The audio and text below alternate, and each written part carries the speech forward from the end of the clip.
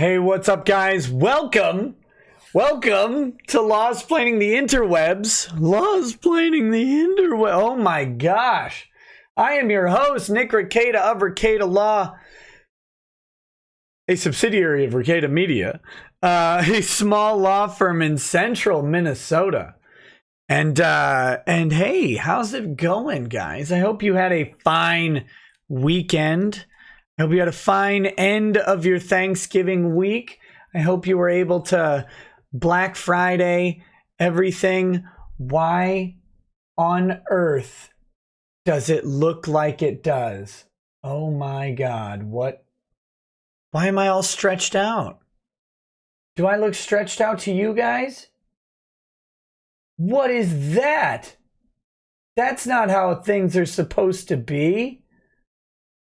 Hold on.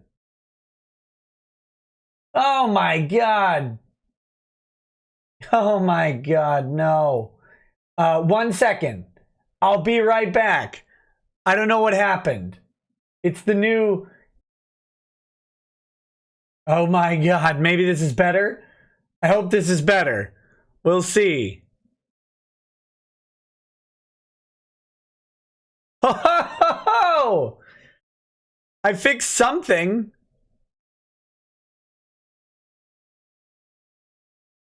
I think we got it.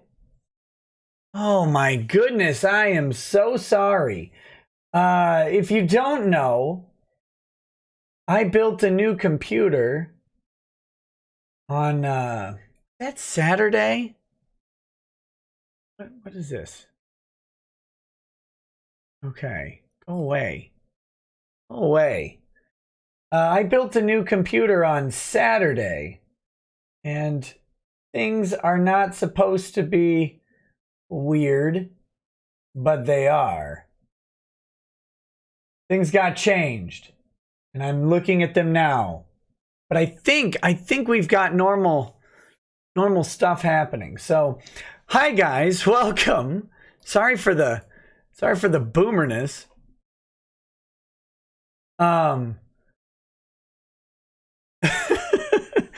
If you want to watch me painfully slowly build a computer and get trolled by the chat while also being helped by the chat, and also learn that several people in the chat did not know basic laws of electricity or anything like that, you can actually go watch that over on Twitch. The replay is there. It's 7.5 hours long. So prepare yourself. But I have things mostly done. Oh my God. So today we've got some things. We've got some things to cover. We have got a very short update on your boy Zach. We have got a Kevin Landau update. And we're going to have more Kevin Landau updates. I'm going to do as much as I can of the Kevin Landau update. But we're going to have more of the Kevin Landau updates coming. If you guys don't know who Kevin Landau is, this is a man who creates comedy lawsuits wherever he is. This is his talent, and no one should stop him. He is the most ridiculous lawyer that exists. I'm convinced. I mean, maybe there's someone worse than Kevin Landau. I don't know who that could be. But there is a case that we started a long time ago. And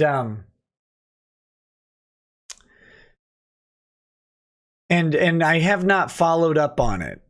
And then there are two cases of Landau's that I was kind of just half watching it with morbid curiosity. One of them got resolved, and that made me think, oh, I kind of stopped watching the other one. So I went and checked. They're absolutely, he is absolutely abysmal. a terrible human being. The stream is not dead. What is happening? The stream is not dead. I typed it in the chat. It can't be dead. So I don't know what issue you're having. Oh my God. Stop doing this. Go away. Mute this. So anyway, I went and checked on it, and oh my God, the guy can't not have a funny lawsuit. Okay.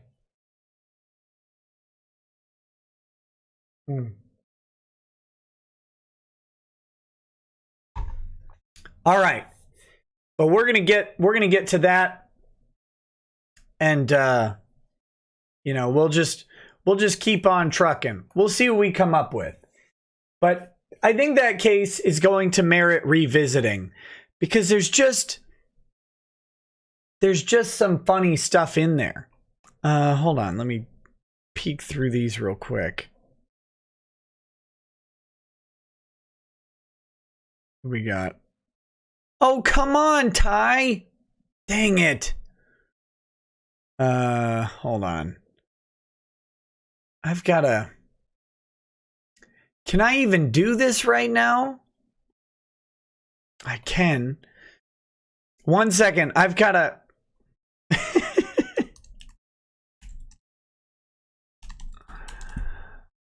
So, it's always the little things that you forget when you're getting a new computer. So, like for this one, it was me forgetting that I needed Adobe.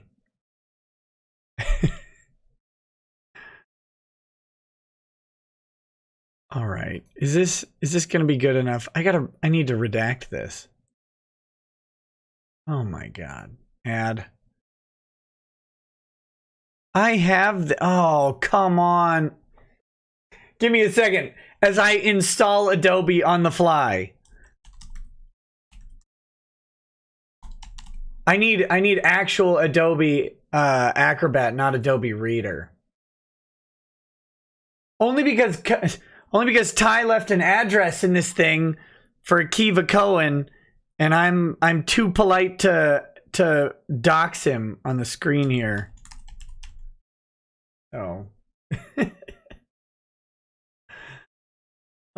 No. I don't want that. Start installing. Oh, Jesus. Well, this'll go on for a while. So we'll get to the other stuff while this installs. So, okay, recap. I'm all over the place and I'm very sorry. I'm really tired. After my PC build, I got like an hour of sleep the next night. I just could not stay asleep. And then I got up and went most of the day, and then I fell asleep at like 7:30 p.m. And woke up at 2:30 in the morning.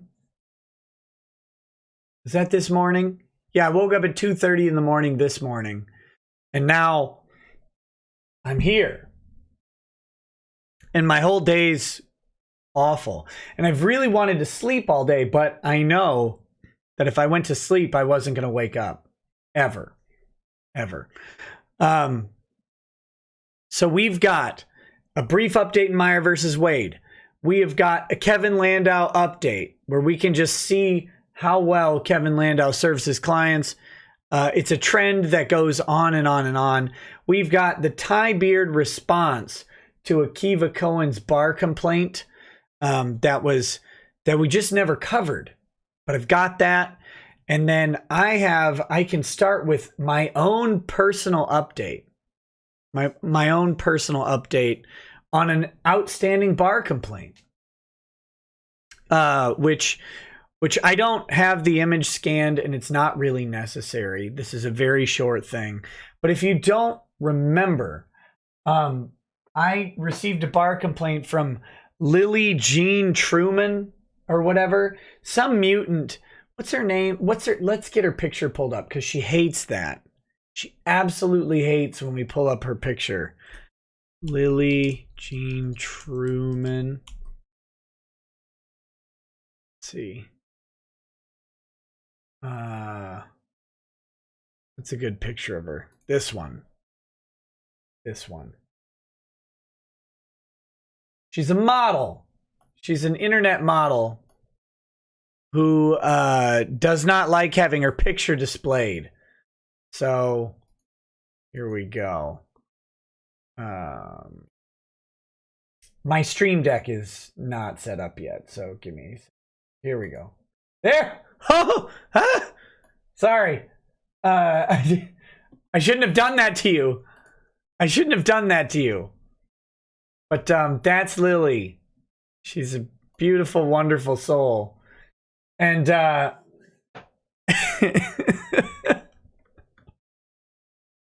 with chiclets implanted directly into her gums, just rammed in there with all speed.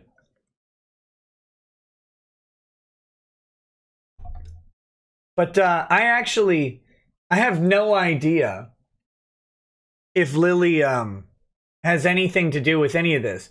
Lily could be the innocent in this. But I don't buy it. But it could just be her mother, because her mother is insane. Her mother's absolutely nuts. Let's see if we can pull up her mother.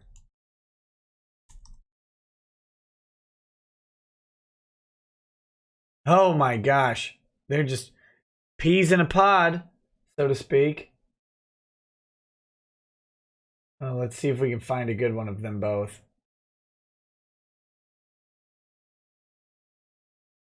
Here we go. What is that? I don't want that.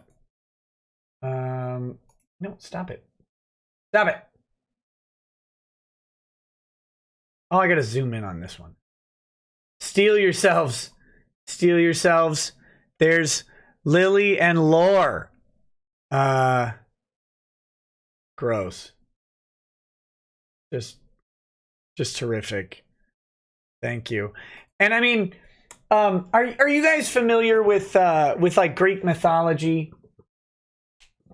Are you guys familiar with Greek mythology? And there's a story. Oh, it was it Oedipus?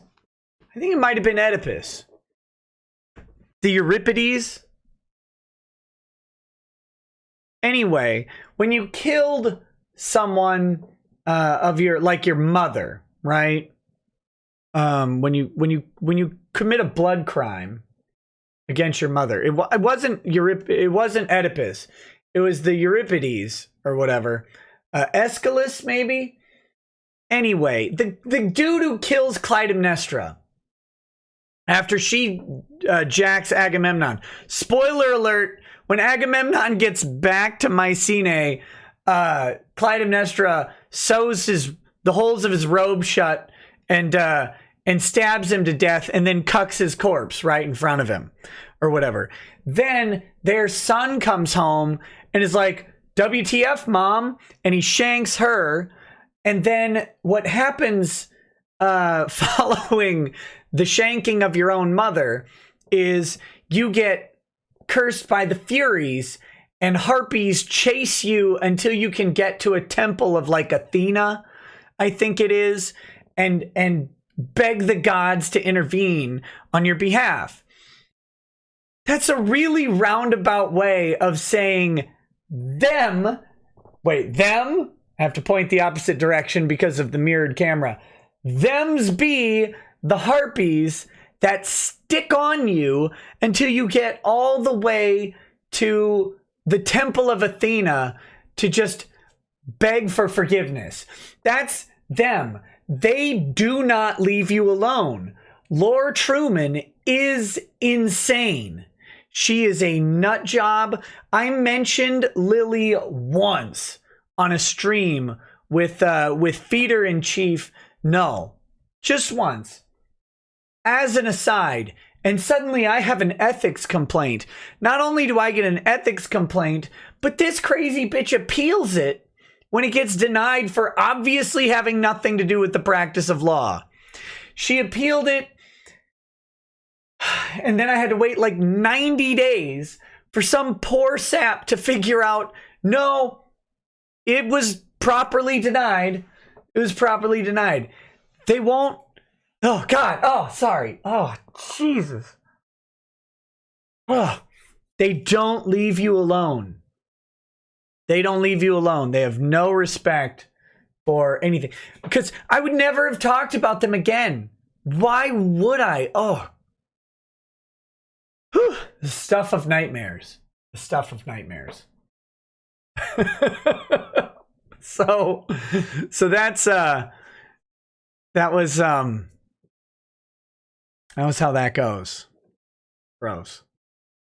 So anyway, their ethics complaint against me has been summarily rejected, and then much longer than summarily, the appeal has been rejected as baseless, groundless. They have no intention of pursuing any disciplinary action.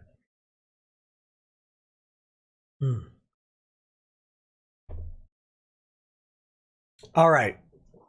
Next, Dustin Fritz Farr says, how the hell does a man with narcolepsy sleep poorly? I don't know. It's weird. Lately, my sleep schedule my sleeping is all messed up. I think I'm just thinking and thinking and thinking like a normal person, staying awake as I'm trying to think through things.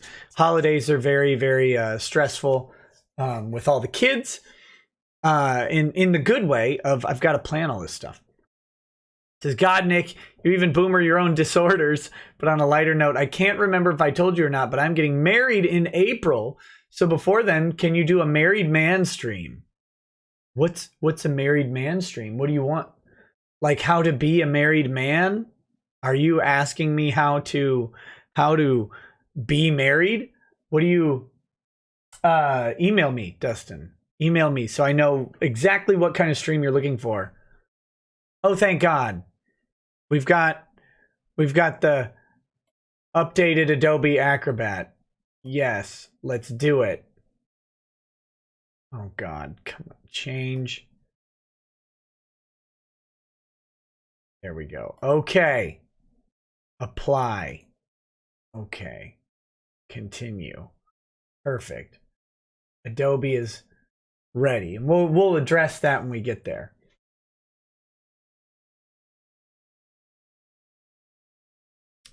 But yeah, so Dustin, email me so I know what kind of stream you're looking for. I would love to. Speaking of which, I'm in talks with Larry and Doug and Ty for a Chad Dad stream, which may look a lot like a married man stream as well. Freighter J says I may never get another erection again. An erection. It's like a broken erection. Well, sorry about that, pal. Octorian says, why though? Why take my money? Just get it off the damn screen. Is this the new grift? For $200, I'll take down this horrific image. That's a great idea. I should do that. I'll hold you hostage. I'd just be like, pay me. No, I'm just kidding. Oh, God, go away. Oh. And then HB says, quit hating on Lily and her mom. Jay Sean's West Nile fetish models are the only thing keeping him going. Gross. Gross. I don't hate them. I don't even know who they are, other than horrific attachments to other people. Mythos Irving says, you gave me shit about me saying nasty things, but you did something more disgusting. Jamie Markey's feet. Gross.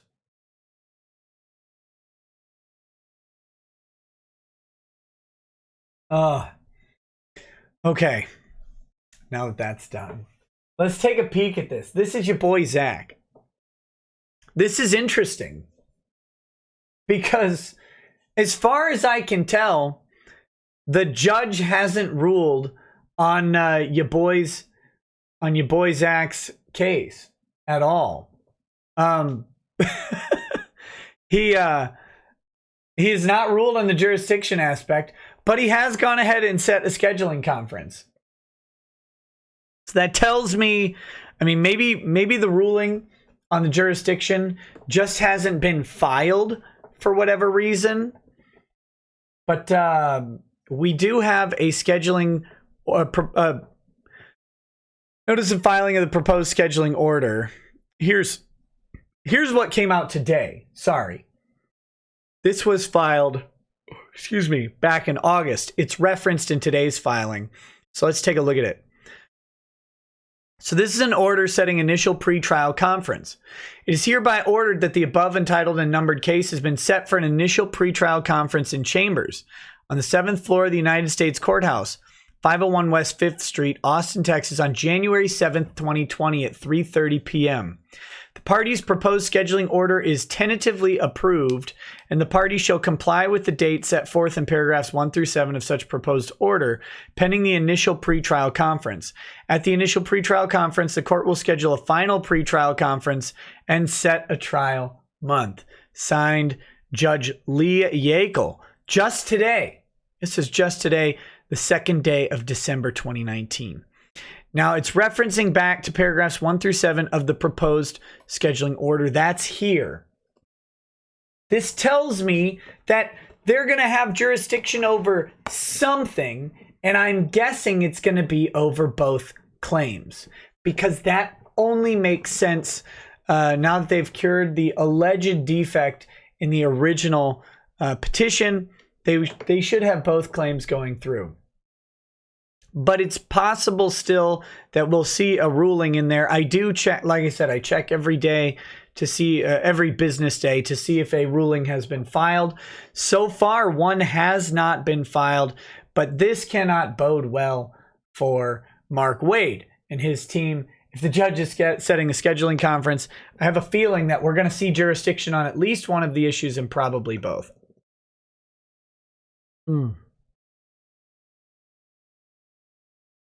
Siren Jag says, that's Lur from the planet Omicron Persei 8. What's Lur doing looking for human horn? Loiking for human horn? I have no idea. I don't even know what you're talking about. But yes, this is for Richard Meyer. And guys, you know, I don't do this very often. But let me bring up, whoops.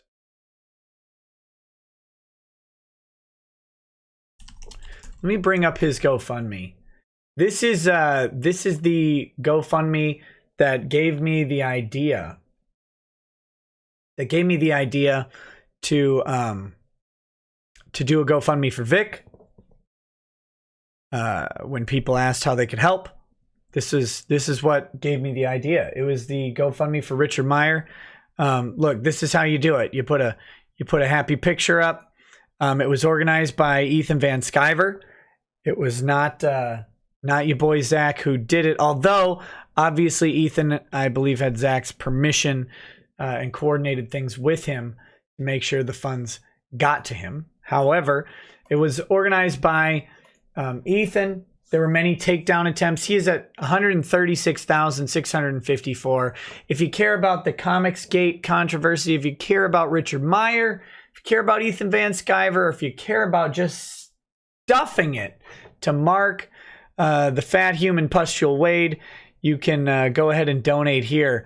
It's GoFundMe.com back-ya-boy-Zach. So here, I'll throw it in the chat for you. If you want to go ahead and support Richard Meyer, that's what this is about. Let's take a look at the scheduling order here. Okay, so this is the proposed order. I think we went through this back in August, but let's take a breeze through it now. Pursuant to this court's order dated July 24th, the parties have conferred and have agreed to the proposed scheduling order attached as Exhibit A. So they had a conference and they asked that the judge recognize this scheduling order. So here's the proposed order. It is ordered that the parties shall file all amended or supplemental pleadings and shall join additional parties on or before March 6th, 2020. All parties asserting claims for relief shall file and serve on all other parties their designation of potential witnesses. So these are the required disclosures, just required discovery disclosures. Designation of potential witnesses, testifying experts, and proposed exhibits shall serve on all other parties but not file the materials required by Federal Rules of Civil Procedure 26A2B on or before May 15th. Parties resisting claims for relief shall file and serve on all other parties their designations of potential witnesses, testifying experts, and proposed exhibits, and shall serve on all other parties but not file the materials required on or before June 15th. So Meyer has to serve on May 15th. Waid has to serve on June 15th. All designations of rebuttal experts shall be filed and served on all other parties not later than 14 days of receipt of the report of the opposing expert and the materials required by Federal Rules of Civil Procedure 26A2B for such rebuttal experts, to the extent not already served, shall be served but filed on all other parties not later than 14 days of receipt of the report of the opposing expert. So you get to file your expert reports, if you have any expert reports, and then they get 14 days to get their expert to file a different report. And experts definitely don't say what you pay them to say. Never.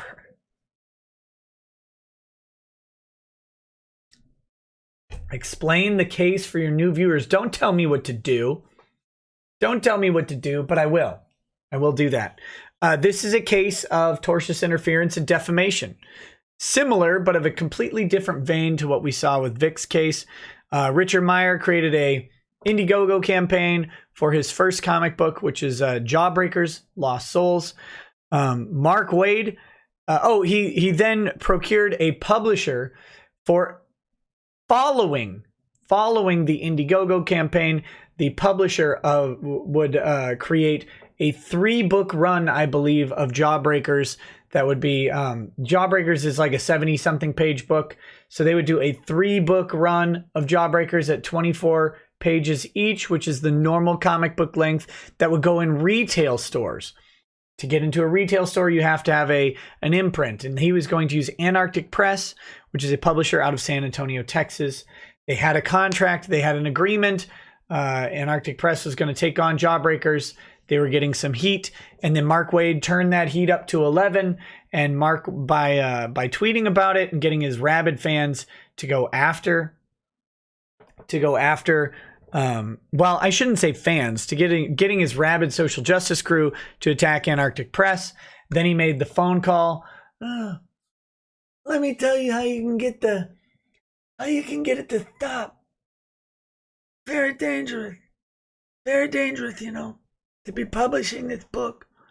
So he calls and acts like the king of comic books, tells Antarctic Press that if they just don't publish Zach's book, that all the hate will stop. And then they cave to the pressure 30 minutes after his phone call with them. And that just seems a lot like tortious interference. That just seems a lot like defamation. Mark Waid also made lots of derogatory comments about Zach, calling him a racist, a white supremacist, specifically saying he was affiliated with white supremacists, which has a specific meaning, where basically they're saying he is a member of a white supremacist group, stuff like that. And also said that he did some things that he didn't do, like that he published the names and addresses of every employee of a comic book shop, or of several comic book shops, stuff like that.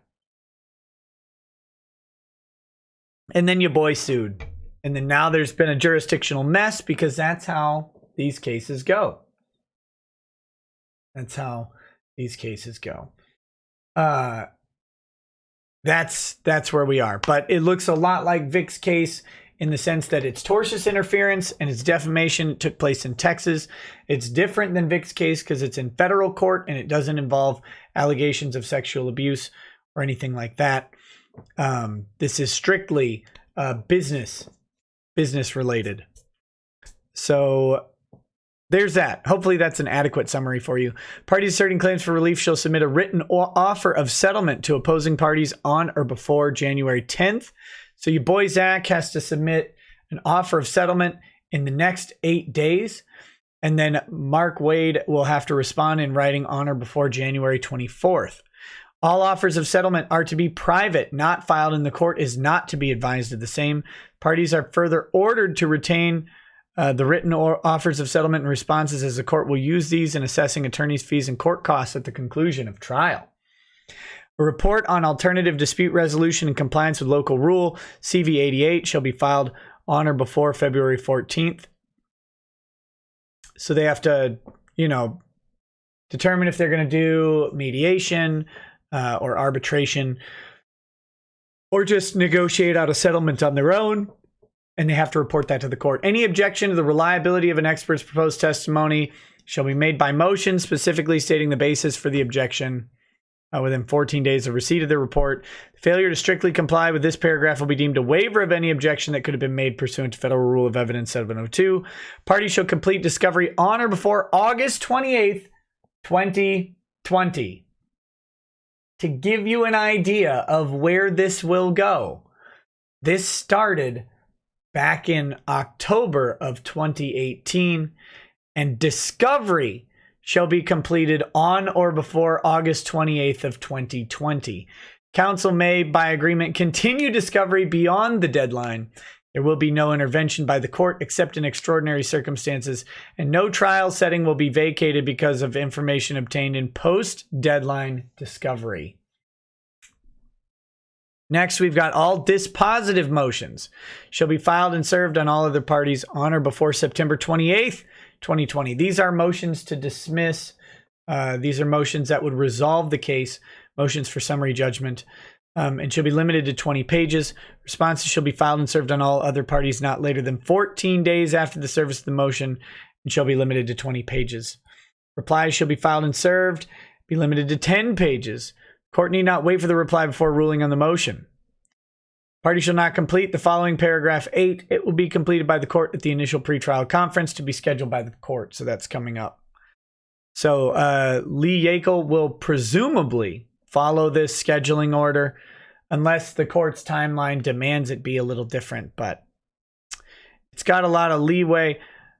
I mean, we've got another year of your boy Zach's case. People keep asking me, when's Vic's appeal? When's all this stuff going to happen? You have to realize how fast Vic's case moved and how long it really can take. There's still a lot of time left in Vic's case. So, as with your boy Zach's case here, like I said, it was filed and served back in October of 2018. And it's looking like it'll go well into October of 2020.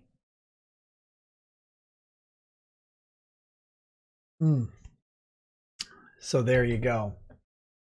That's what we've got for you, boy Zach. Sorry that the update still doesn't include a jurisdictional ruling. I will call Judge Yackel myself and tell him to definitely get it done. How dare he? Okay. This is a case, Rovier Carrington versus Brian Graydon. This is a case that belonged to attorney Kevin Landau, representing Rovier Carrington in a lawsuit against Brian Graydon Media, Viacom International, Paramount Pictures, Brad Gray Estate, Brad Allen Gray Trust. Brad Gray is dead. Brad Gray's dead. Graydon and Gray are executives at Viacom. Rovier Carrington is allegedly the grandson of Curly or Mo. I think it's Mo from the Three Stooges. Maybe I could get a picture of Rovier Carrington up. Let's get you a picture of Rovier Carrington. What is this?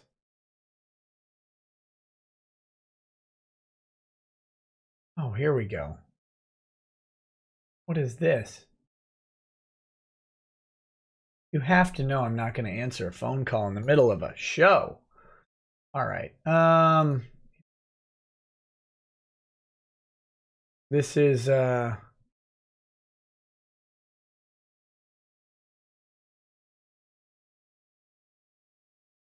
Here we go. We've got... This is Rovier Carrington on the left. And that is, I don't know if that's Graydon or Gray on the right. But I'm going to notice something about this. So, Rovier is... Oh my goodness. Rovier is this guy. He is... Are you serious? I'm not going to answer the call. Rovier is this guy. He is allegedly, according to the lawsuit, grew up in Hollywood. And here, let me mute. Now, why people insist on doing this? I'm definitely gonna not answer your call. And he grew up in Hollywood, knows everything about Hollywood, except he didn't know about the rape in Hollywood. And this guy allegedly raped this guy. Okay, so that's what the lawsuit says. Is this guy was trying to get a show? This guy pounded this guy out against his will over and over again in an exchange, in what would be an exchange for a show. But that's what the allegation was, and he was represented by Kevin Landau. Kevin Landau, of course, is Maddox's attorney in the Maddox versus Dick Masterson suit. Now, what ended up happening is a little while ago, and I mean a while ago, Kevin Landau got to this point in the lawsuit where the judge and the other party started asking some very uncomfortable questions. Like, where's your proof about any of this? And then Kevin Landau, God, I can't. Ugh. Kevin Landau stops representing Rovier Carrington. Says there's a breakdown of communication, and he stops representing him. Right as the judge says, you're going to come here into this court and explain what's going on, or I'm going to dismiss the claim and consider sanctions against you. So Landau bails on this guy. Landau bails on him. And then the judge really starts coming after Rovier Carrington, who says, I'm going to try and get a new lawyer.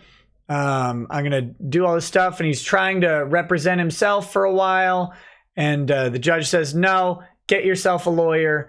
And he doesn't ever get a lawyer, and he doesn't ever show up for court. And now this is where it is. Now, of course, they brought the case in the Southern District of New York, despite Rovier Carrington being in LA.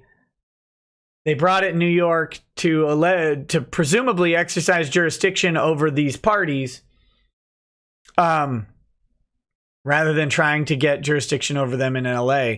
Rovier never goes to New York. This is another theme where Landau is plucking people out of LA and bringing them to New York for lawsuit.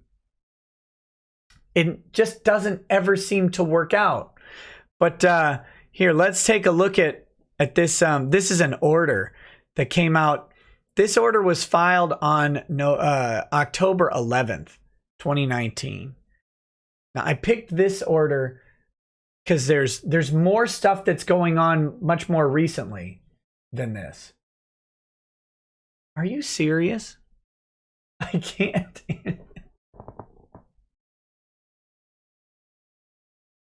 Hold on just a moment. Good Lord.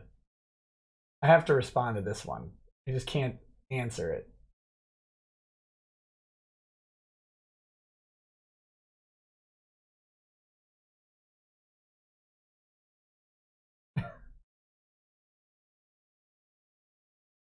Oh my goodness.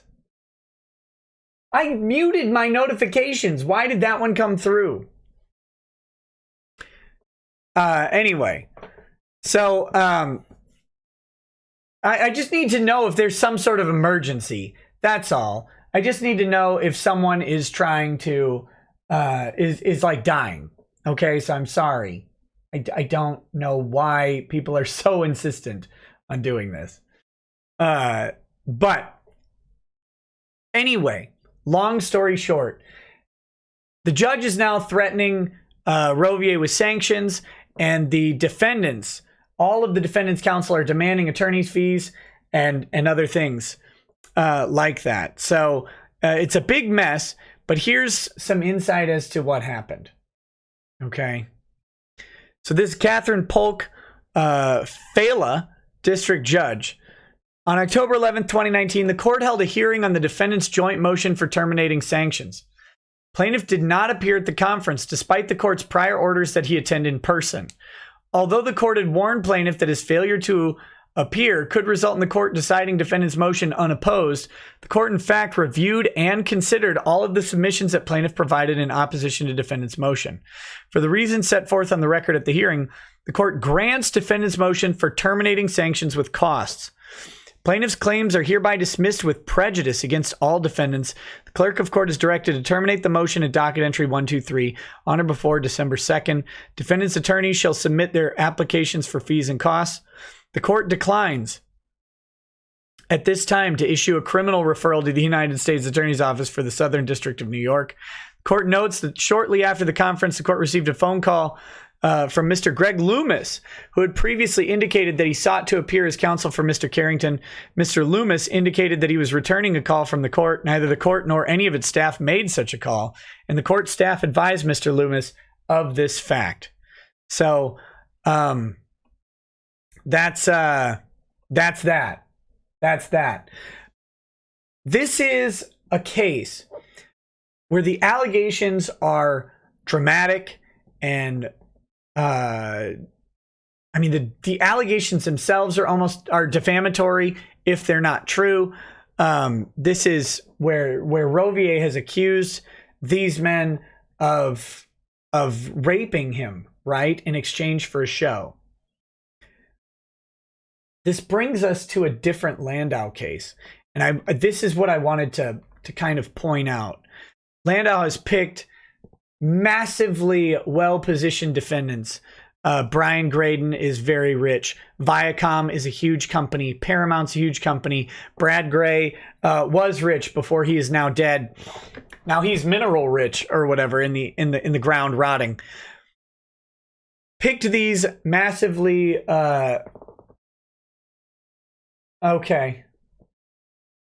picked these massively rich people and is trying to just get a settlement out of them. That's what he did basically to Dick Masterson when he included Asterios' employer, when he included Dick's company, when he included Patreon. That's what Kevin Landau does. And then if he doesn't get that, that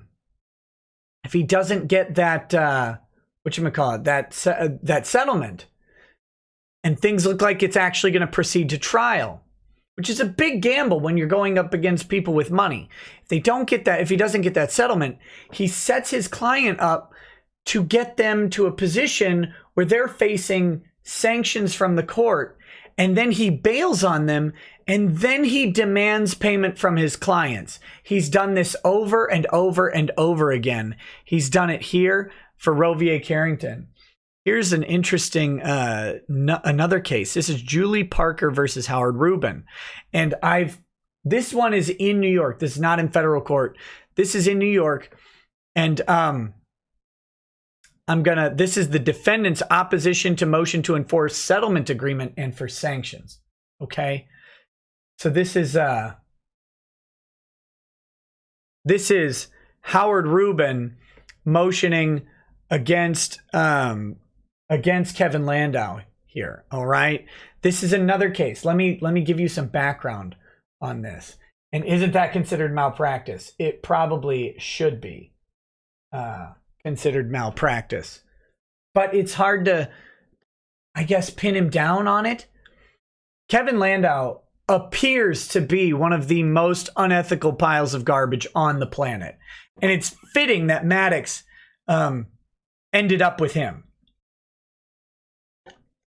Let me tell you the story of Julie Parker versus Howard Rubin. Howard Rubin is a hedge fund multimillionaire. He's a very wealthy man in New York. Julie Parker is an LA lady, an LA escort, I believe, an LA escort who allegedly was picked by Howard Rubin for some violent BDSM style professional escapades. All right. And Howard Rubin was accused by 2 or 3 other women unrelated to Julie Parker or Kevin Landau. And after he was accused by those people, Kevin Landau shows up with another accuser named Julie Parker. Okay, that's the order of events. Howard Rubin gets accused. It's massively public, big to do. Gets accused by a couple women of unwanted sexual activity, and then Kevin Landau pops up with Julie Parker with another lawsuit, alleging that Howard Rubin hired her, flew her from LA to New York, chained her up, and did very awful, painful things to her. That he described actually in horrific detail. And we will, like I said, we're going to be going back into this case because it's so salacious and sensational. I've got to go through it though. I just pulled this up so you can see what's going on, because this is Kevin Landau. It's perfect. So let's get the background here. Plaintiff's motion to enforce settlement agreement and for sanctions exhibits an egregious lack of professionalism. Plaintiff is Kevin Landau. Well, he's representing the plaintiff, okay? Exhibits an egregious lack of professionalism and misunderstanding of the very law the motion papers cite. Over and over again, this is the story of Kevin Landau. Doesn't understand the law and just exceedingly unprofessional.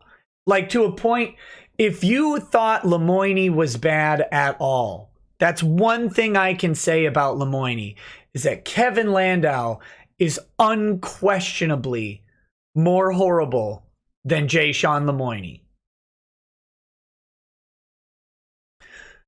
Desperate to exploit plaintiff's meritless, extortionate claims and avoid actually litigating the case, including defendants' pending motion to compel discovery. Landau not comply with discovery? Remember, or you probably don't remember, in Rovier Carrington's case, just when discovery was demanded, just nothing would ever show up. Nothing would ever show up. In Almaciga, in the Almaciga case, the discovery was, just included a fake expert and forged handwriting. That's fine. All over the place.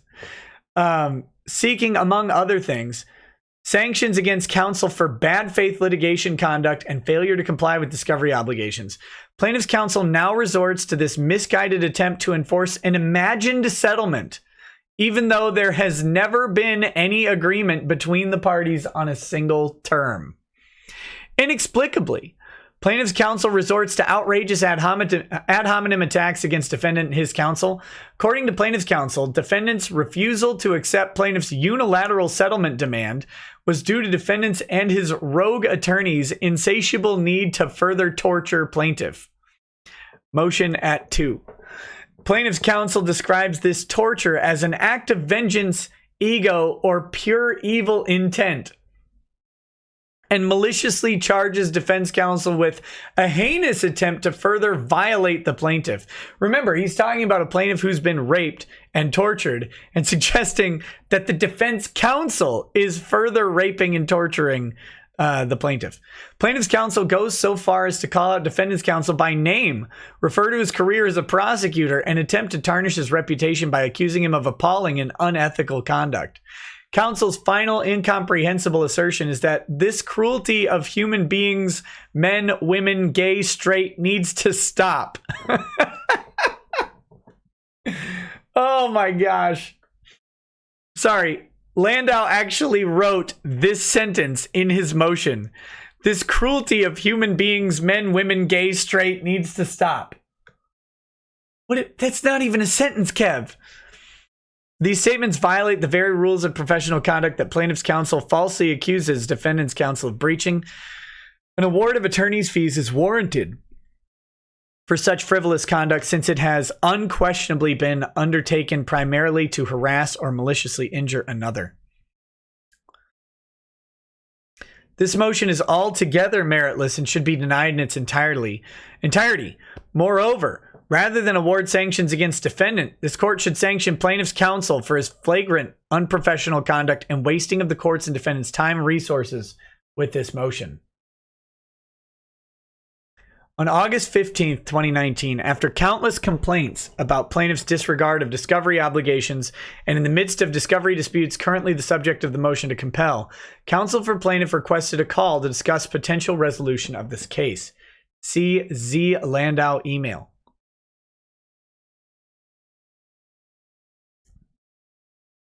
Attached to the declaration of Edward A. McDonald as Exhibit 1 at 2. He expressed concern with beginning expensive motion practice. Parties held a call on August 20th, 2019. Plaintiff's counsel demanded $600,000, citing plaintiff's distraction with a purportedly sick relative as the reason her priorities had changed and she would accept such an amount. If you followed the lawsuit, some of these things will sound familiar. Random excuses, distractions about other things, changing of minds and weird stuff, changing how a case kind of plays out. Defendant's counsel offered $50,000. Remember, defendant is exceedingly wealthy and can pay $50,000 for this to go away. No other terms were discussed and the parties did not agree to any settlement amount. But counsel did mention that he had, quote, been able to speak to his client and enter into more discussions with her, creating the impression that plaintiff's failure to make simple discovery disclosures was a result of plaintiff's lack of cooperation with her counsel. Again, a theme we see over and over and over and over with Kevin Landau. God, I need to reach out to these attorneys and ask if they'd talk about him. Wouldn't that be amazing? That would be great. Over and over and over again, in case after case, Landau fails to comply with basic discovery requests. Basically, anything that has to do with trying the case, he doesn't do. And then he starts screaming in the highest of shrill pitches that the other party is doing everything wrong and he's entitled to something from it. So this is and it's always a breakdown in communication between Landau and his clients. Every single time. He's setting the trap for this client. That's the scary thing. Landau is going to likely attempt to abandon this client, set her up to take all of the fall, cite a lack of communication, and then, in the worst way, something he does with frequency, sue his own client for massive legal bills that he's racked up without actually doing any of the legal work that he said he was going to do. This was not the first indication that plaintiff was failing to cooperate and advance her case. Her counsel had previously admitted to defense counsel that he had not even been able to speak with her about defendant's outstanding discovery demands. Oh, I'm sure he wasn't. I'm sure that he just wasn't able to get a hold of her. That's definitely not Kevin Landau intentionally not getting a hold of her and having a breakdown of communication. Definitely no, he never does that. On September 5th, 2019, is that even legal? No, absolutely not. This is not plaintiff's counsel's first misguided motion before this court. In response to defendant's motion to dismiss, plaintiff's counsel inexplicably filed a baseless cross motion for partial summary judgment, despite the fact that defendant had not yet even answered the amended complaint and no discovery had been conducted at that time. Okay, this is great. You can't really get summary judgment when the defendant hasn't answered, because you need to know that you don't disagree on the material facts of the case for summary judgment. So that motion, of course, was denied. Yeah. On September 5th, 2019, counsel for the parties had a telephone conversation in which the defense once again complained about plaintiff's continuing failure to meet basic discovery obligations. On September 17th, 2019, the defense filed the motion to compel, including a request for sanctions for bad faith litigation conduct and the failure to comply with discovery obligations. On September 19th, 2019, plaintiff's counsel emailed the defendant's counsel stating that plaintiff had reduced her demand by almost half to $305,000 to settle the case, based on the reasons he had previously stated. See the Kevin Landau email dated September 19th, attached to McDonald Declaration. Defendant's counsel did not respond to plaintiff's demand as defendant's position was unchanged. And on September 25th, 2019, plaintiff's counsel requested another call to discuss settlement. See Kevin Landau email dated September 25th, 2019. The parties held a call on September 27th, and plaintiff's counsel again asked for $305,000, repeating that plaintiff was only willing to accept this reduced amount because of her supposedly ill relative. Defendant's counsel stated the defendant would offer no more than $150,000 to settle this meritless case for what the defense considered nuisance value. That's how rich Rubin is. $150K is nuisance value. Okay? This is what Landau does. This is what Landau does. Pick a target where a pretty big settlement would be a trivial amount. Annoy the shit out of them until they'll just take it.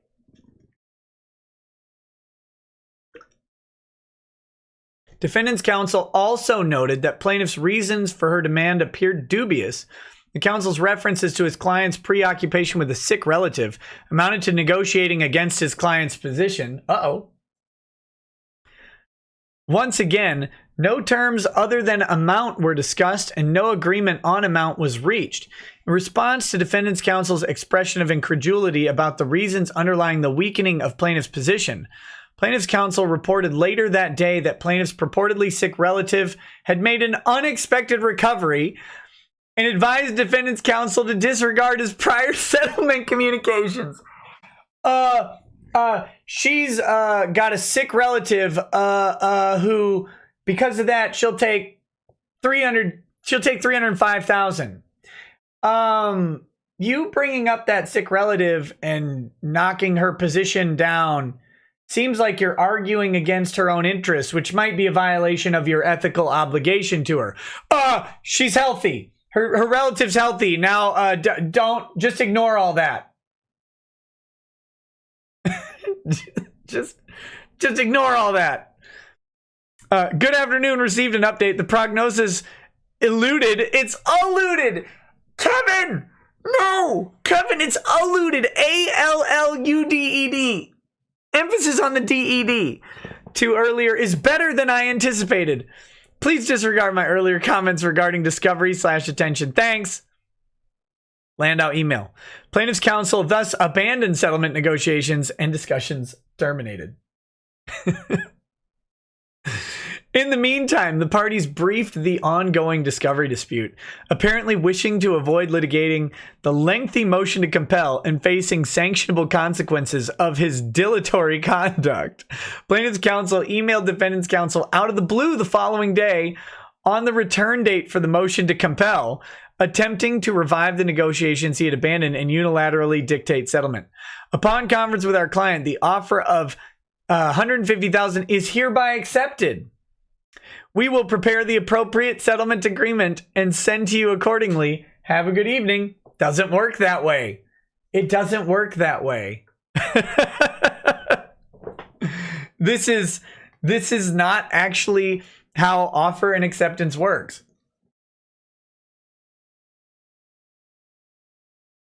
Oh my goodness. Before defendant's counsel could even respond, plaintiff's counsel sent a draft settlement agreement the next day. Attached. We'll take a look at these. Please see attached. A stipulation for dismissal will be executed even herewith and submitted to the court upon receipt of funds. Just send the money. Just send the money. We'll do. Plaintiff's proposed settlement agreement came before defendant's counsel had ever engaged in any renewed discussions. Other than the $150,000 amount that plaintiff's counsel had previously rejected before terminating settlement negotiations, the proposed settlement amount included numerous material terms to which defendant had never agreed, much less even discussed or heard about. So settlement, like for $150K, even if it's basic and it says $150,000 dismiss all terms, that dismissing all terms, you have to hammer out what all the terms are that's being dismissed. Like you have to figure all that out. And you have to you have to figure out what's been dismissed or what's being dismissed. You have to figure out if there are any outstanding claims. You have to figure out if there's any non-disclosure, for example, that needs to happen. There's a whole lot that goes into a settlement agreement. You're not going to just resolve this in this way. See the proposed settlement agreement attached to McDonald Declaration, including various material terms, including confidentiality, settlement amount, releases, admissions of liability, choice of law, dispute resolution, injunctive relief, etc. Having been blindsided by plaintiff's counsel's unilateral attempt to dictate a settlement, defendant's counsel responded that he would respond the following week after having an opportunity to review and consider plaintiff's proposal.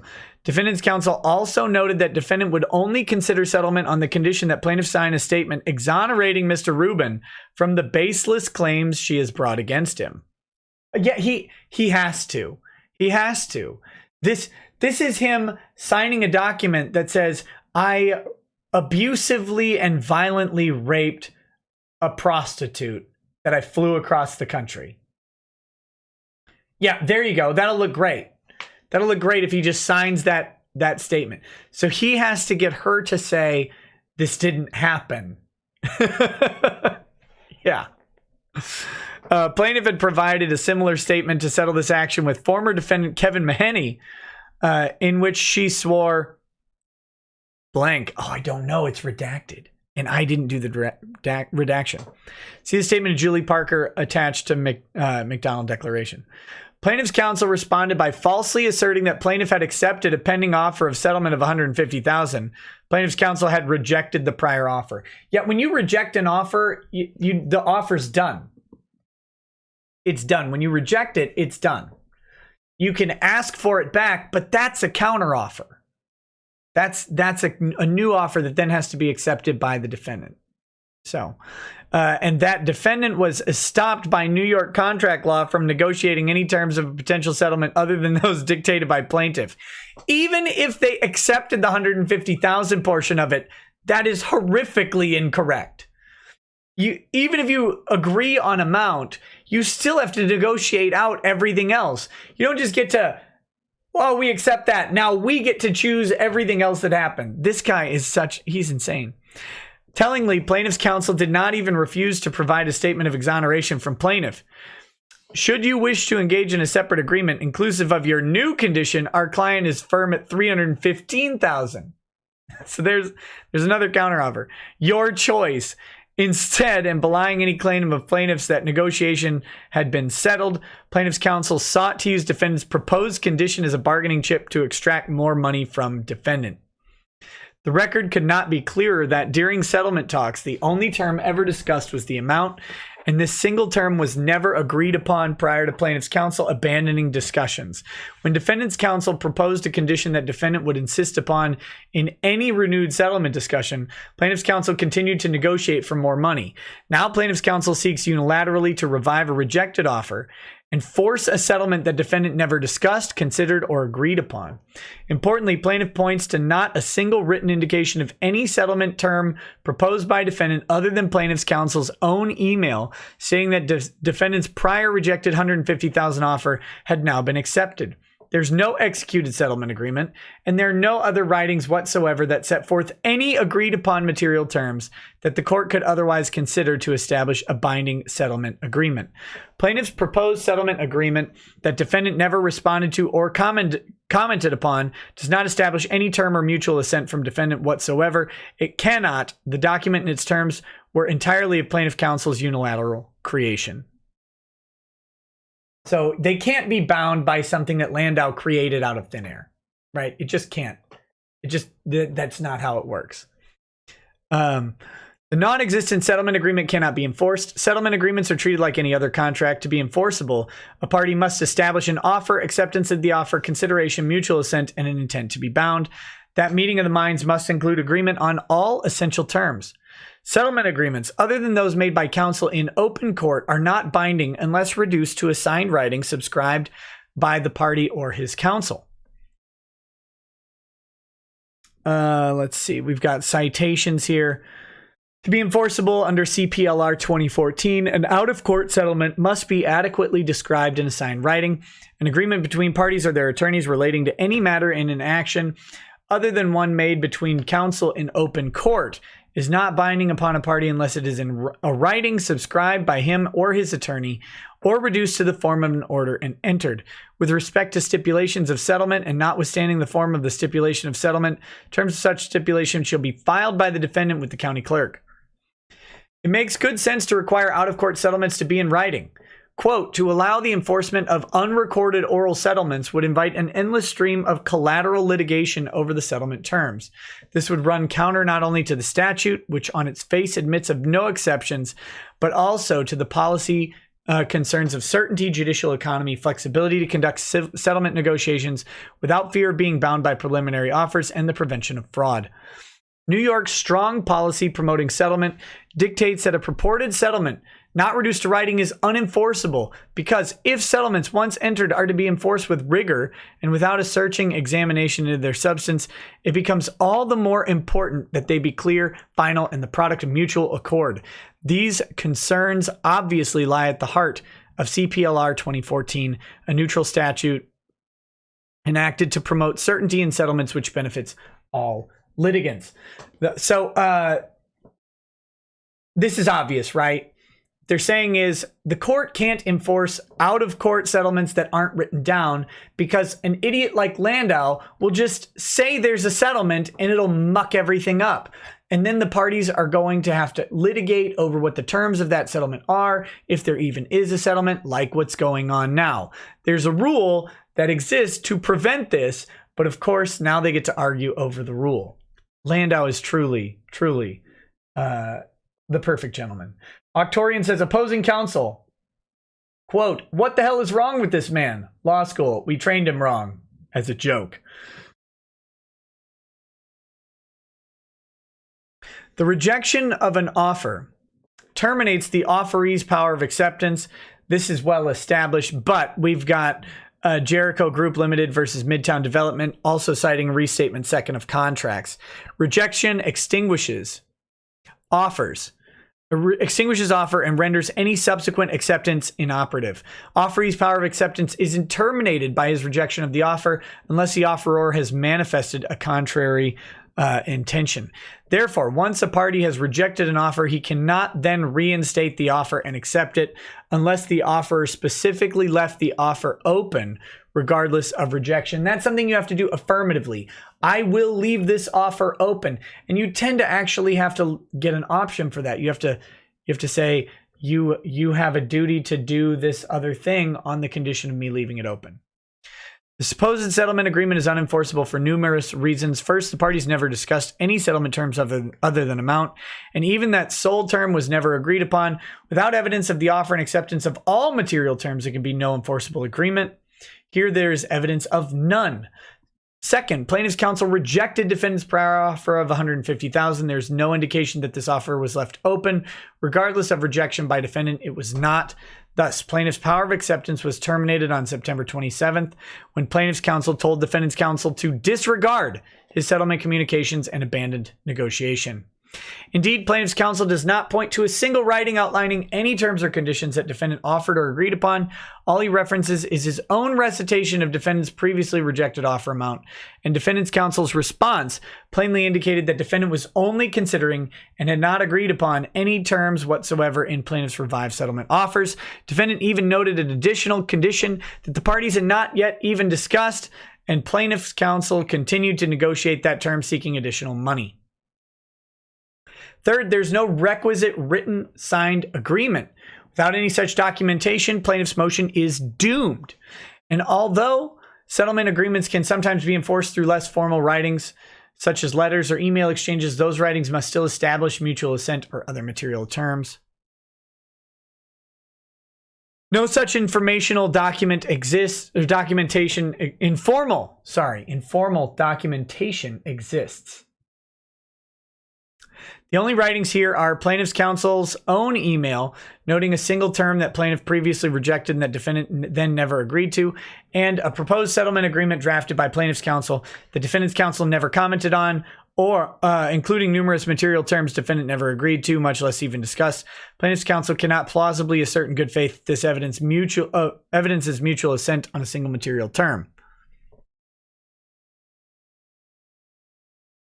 Plaintiff's demand for sanctions is meritless.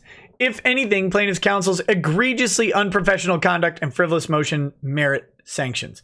So here again, Landau demands sanctions. He has a spurg out, right? Starts rolling around on the ground like Mark Waid, screeching and moaning when things don't go his way. Files for sanctions, files a bunch of stuff with the court. He's like moments from disappearing from this case. It's great.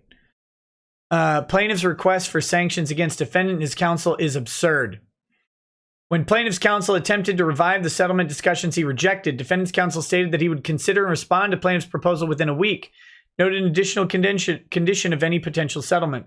But before the following week was out and before defendant's counsel had responded, plaintiff's counsel filed this baseless motion, replete with factual misrepresentations, legally baseless arguments, and ad hominem attacks.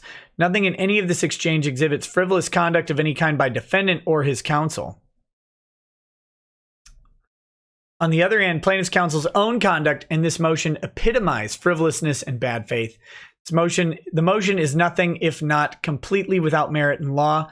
Besides grossly misrepresenting the factual background, the arguments plaintiff's counsel advances fly in the face of Hornbook contract law as well as the CPLR.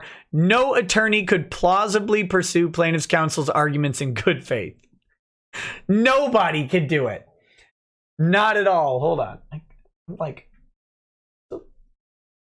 My camera was not even down here, so it's my chin. I was like down here. That's weird.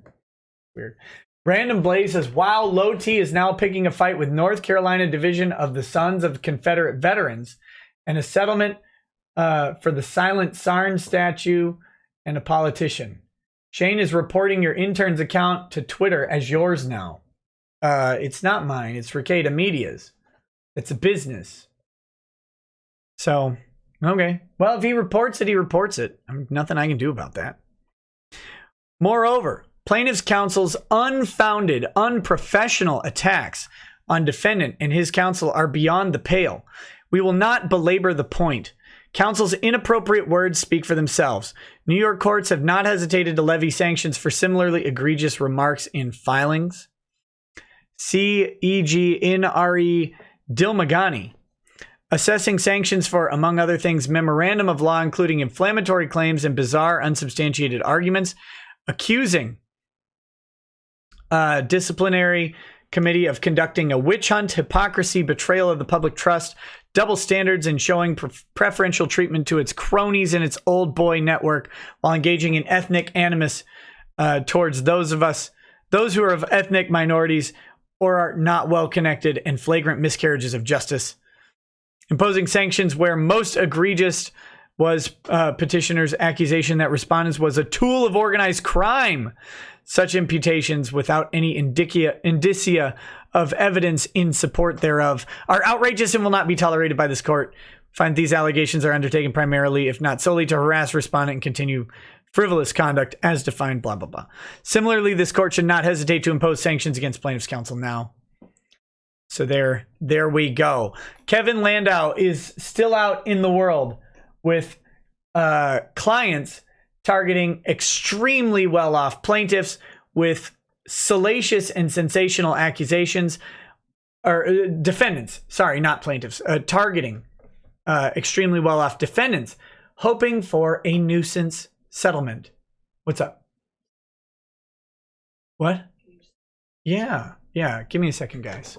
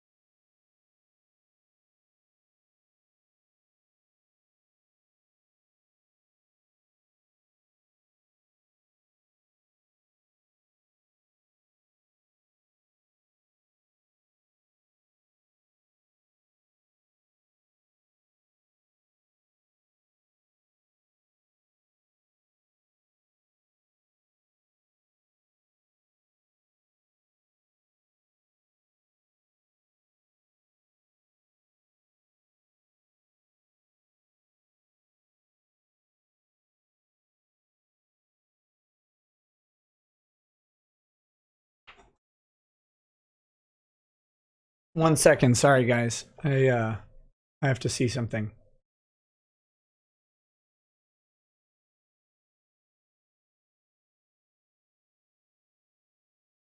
Oh, okay. All right. Sorry about that. Family issue. Okay. So, that's the Landau update. I don't remember exactly where I was, but Landau is up to the same old tricks. I'm going to do some more investigation into this case and see what other cases he's been up to, because this guy keeps getting clients because they just don't know. They just don't know about him. And I think people need to know. I'm going to reach out. I don't think they're going to respond, but I'm going to reach out to Howard Rubin's counsel. Maybe they don't know that he commonly engages in this conduct, and it'd be really interesting to get some sort of quote from them or something. I'll reach out and see if they'd be willing to offer a few words, because this guy is just really amazing. Really fantastic. So, oh yeah, Law Archive Twitter is gone. I didn't put up the new overlay. There will be a new overlay. Rekieta Media, at Rekieta Media on Twitter, is the Twitter account of Rekieta Media. So if you need to have show updates, if you want to follow what's going on, if you need a little bit of banter in your life, follow at Rekieta Media on Twitter. If you are following the intern, you already are following Rekieta Media. So go ahead and let people know. Would I call this guy a lawsuit troll? Kevin Landau is much worse than a lawsuit troll. Much worse than a lawsuit troll. Okay, let me close this out just a second here, and I will get that redacted. I don't want to have Akiva Cohen's address up on screen, even though it's available elsewhere. Let's get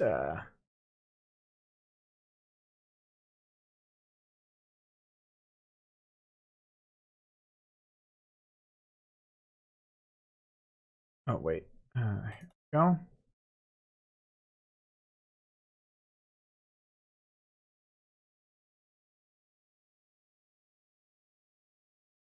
Hold on just a moment. Let me go Let me go. Redact this.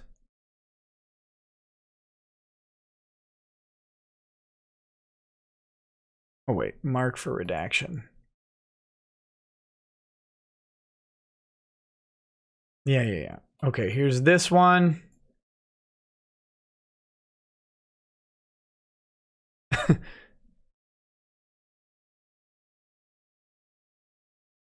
There's that one.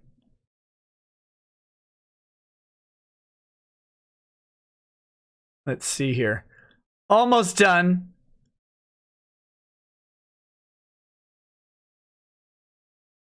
Let's see. Geez, Ty. 22 pages.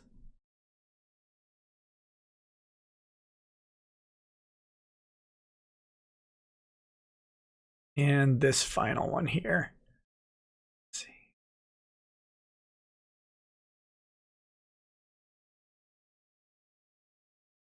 Okay, let's go ahead and apply this.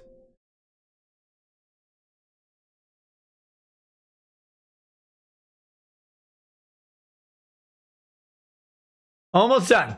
Almost done. I need to expose the guy and make as many people aware of this walking abortion as possible. Maybe I should. Maybe I should do like a Landau expose. He's absolutely terrible. Absolutely terrible. Come on. Finish. That's what she said.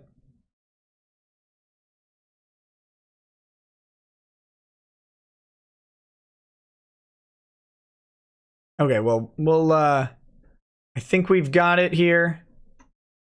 All right. This will be great because we get to like make fun of Ty and all sorts of other stuff.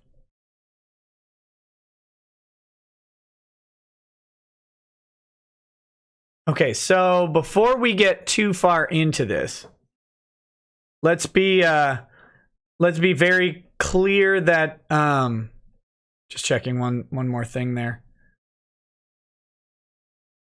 Let's be very clear that this bar complaint was dismissed. I don't know that the response was actually filed because it was dismissed, I believe, without it being filed. But well, no, I think this was. I don't know. We'll see. We'll see.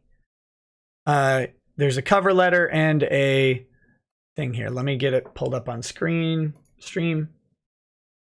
Either way, we can kind of take a look at how stupid Akiva's complaint was and see what Ty's response. I mean, I know he did respond in some way. I'm not 100% sure that the whole thing here was actually sent off or not. But I believe that this letter definitely was. So anyway, let's take a peek. Let's take a peek. Yes, I am going to introduce Ty and Bullock to the lawsuit. They need time to do it. Maybe over the holiday there'll be some time. We'll see. Okay, so this is this was a while back, August 8th. This is to the State Bar of Texas, Office of the Chief Disciplinary Counsel, RE complainant Akiva Cohen. Dear Sir or Madam, attached are my responses to the above complaint. As can be seen from my response, complainant has seriously misrepresented the facts, omitted material facts, and apparently destroyed evidence. I am confident that you will quickly recognize that the complaint is groundless. However, I respectfully urge you to quickly review this response and dismiss the complaint. The reason is that I intend to file a motion to dismiss under the TCPA on or before August 30th, 2019. While the legislature has amended the TCPA, the amendments are effective September 1st, 2019. Actions filed before then are governed by the current version of the TCPA. As the Commission is doubtlessly aware, actions by the Commission are covered by the current version of the TCPA. See Commission for Lawyer Discipline versus Omar Weaver Rosales. That's Texas Court of Appeals 2019. If my motion is granted, the court will terminate this action, and the Commission for Lawyer Discipline of the State Bar of Texas will be statutorily required to pay my attorney's fees and an appropriate sanction. To avoid unnecessary expense to myself and the Commission, I respectfully request that the Commission immediately review this grievance and render a decision before August 30th. I also request that you contact the New York State Bar Association Departmental Disciplinary Committee for the First Department and request that it investigate the complainant's apparent perjury and unethical conduct in filing this complaint. Its address is here, New York State Bar Association. Here is the response.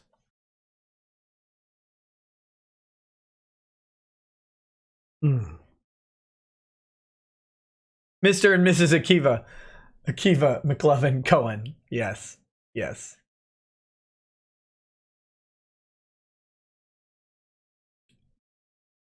Ty wrote this. If you don't like that he wrote undoubtedly, what did he write? Undoubtedly. Oh, wait, yeah, here. Oh, doubtlessly aware. Oh, you mean undoubtedly. Okay, yeah. Probably. But you see, Ty's Texan, and Texans don't follow the rules of they don't follow the rules of what? Language? Englishering?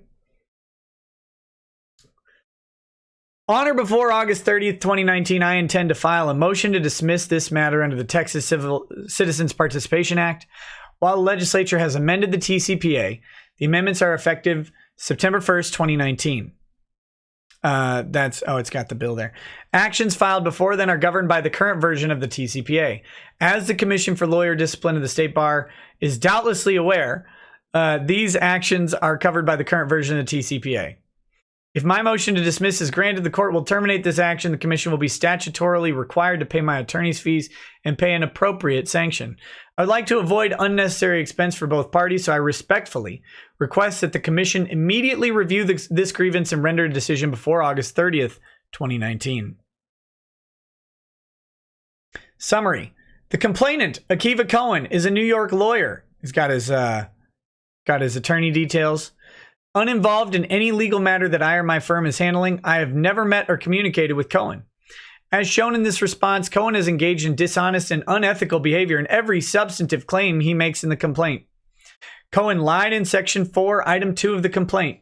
The complaint is not about a lawsuit. Cohen has absolutely no involvement as a lawyer, party, or witness in the case he references. This is obvious from the narrative he provided in Section 3, Item 6, and in Section 4, Item 3 of the complaint. Cohen has apparently deleted evidence relevant to the complaint or has provided dead links to critical evidence referenced in the complaint. Cohen is lying when he claims that I called for his harassment on June 6, 2019. Cohen is lying when he claims that I asked that he and anyone who disagrees with me be attacked and harassed on June 6th. Cohen is lying when he claims that I called for his doxing on June 6th and that his doxing occurred as a result of this statement. Here's number 3. Doxing is the assembly and internet posting of publicly available information about someone. Doxing is not illegal, and it is protected by the First Amendment of the U.S. Constitution. Cohen dishonestly omits the fact that he caused his doxing. Cohen dishonestly omits the fact that his doxing occurred 34 days after June 6th. Cohen has a history of making bar complaints against lawyers he disagrees with. As shown below, Cohen is abusing the Texas lawyer grievance process in an attempt to interfere with my representation of the plaintiff in a lawsuit he's critical of the case. Cohen has no involvement in the case. You're a federal agent, never in a sentence in a preposition. Cohen has no involvement in the case and no connection with me or any of the parties, so it is a mystery why he has become fixated on the case and my law firm. He has posted a staggering number of tweets about me and my firm, calling me stupid, incompetent, unethical, unprepared, etc. If his Twitter activity on June 6, 2019 is representative, at least 13 posts insulting me and my firm, he posted approximately 390 insulting tweets about me and my firm in the month of June 2019. And since his misrepresentations and omissions are both material and made under oath, they rise to the level of perjury. Ironically, if I had made the statements that Cohen falsely claims I did, those statements would still be protected by the First Amendment of the Constitution and by Article 1, Section 8 of the Texas Constitution, which is footnote 5 here. Gentile versus State Bar of Nevada, requiring that restrictions on a lawyer's speech be narrowly tailored to further a substantial government interest and limiting such restrictions to speech that is substantially likely to have a materially prejudicial effect on a trial is neutral to points of view and merely postpones the lawyer's comments until after the trial.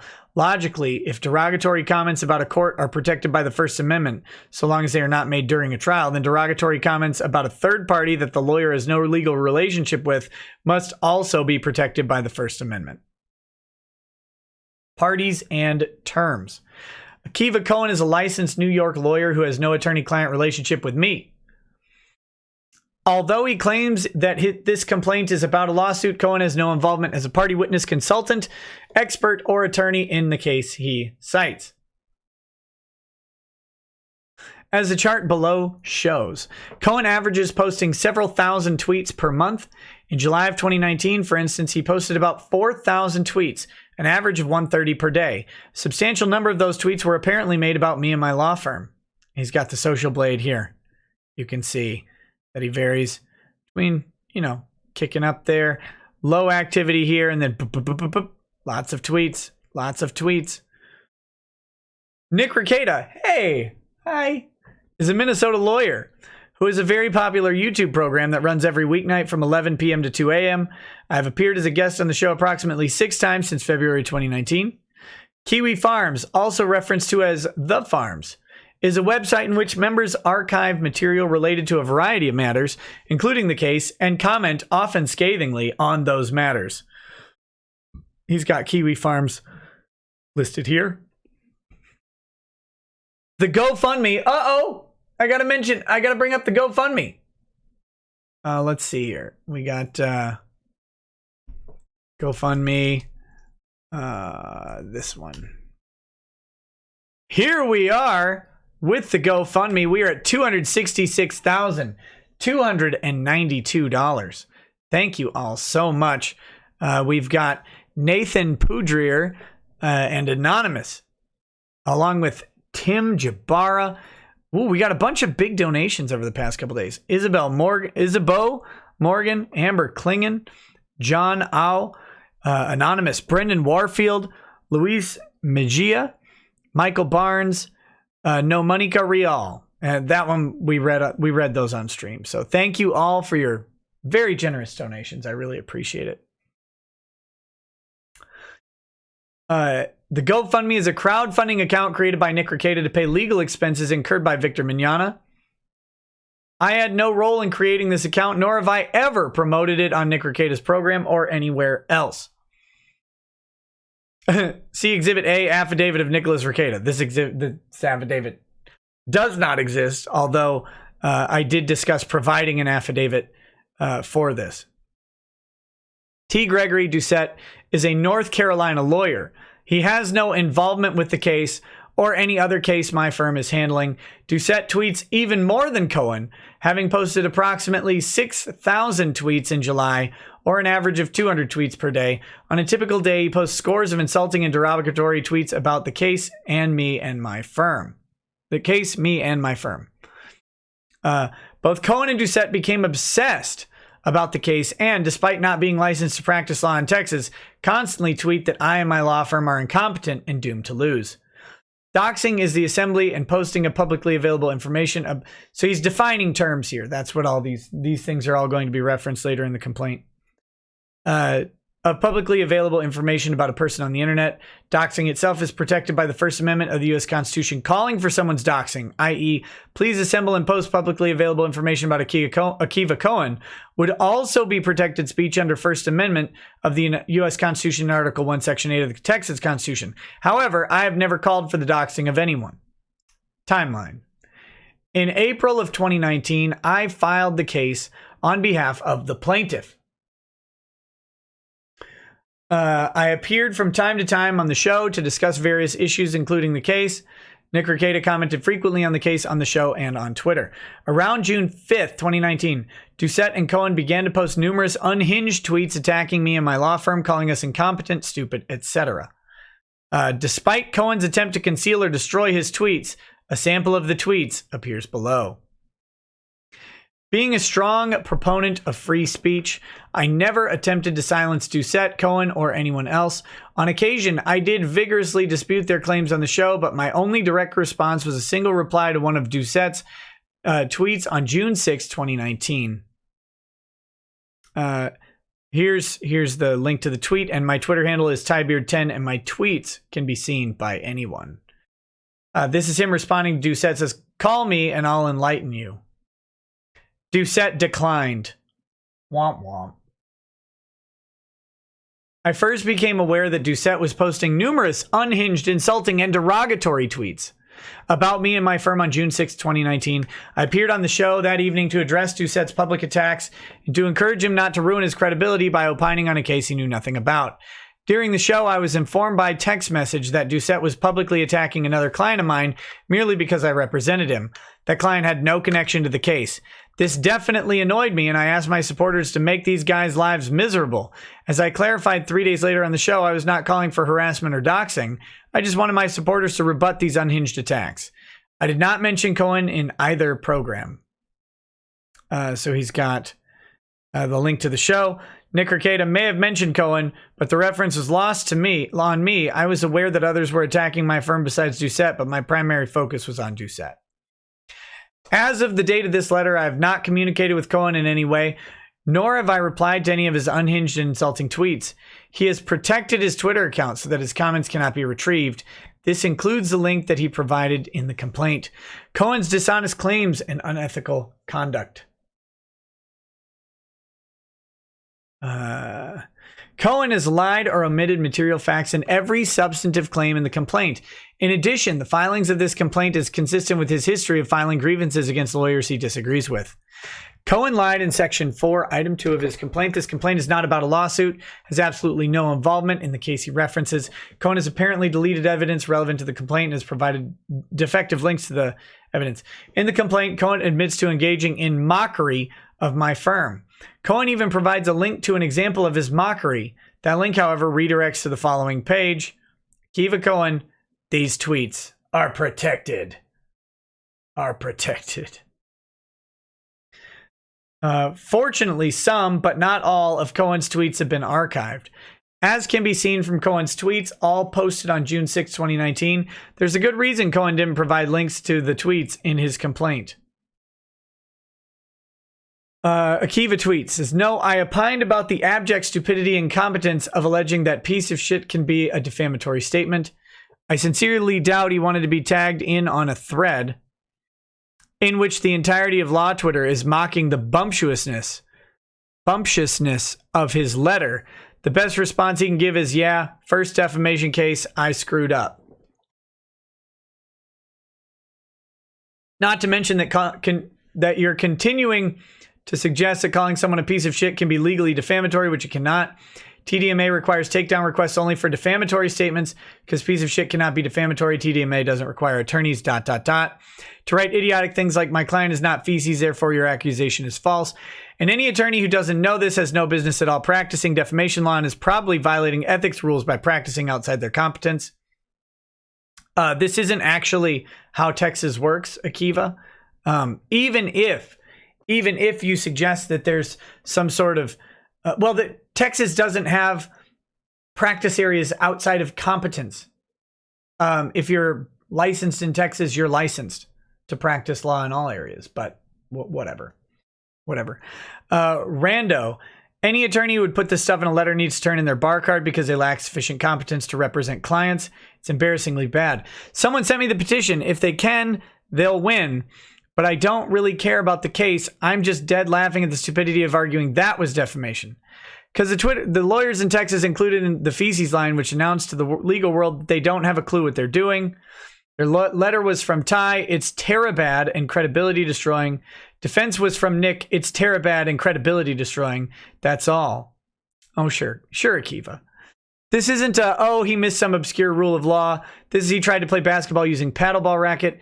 He's tweeting a lot about this. Akiva was really, really rolling through this. These are all on June 6th. He clearly does not know what the hell he's doing. I'm going to skip to just reading the highlighted parts because otherwise I'm going to be reading a lot.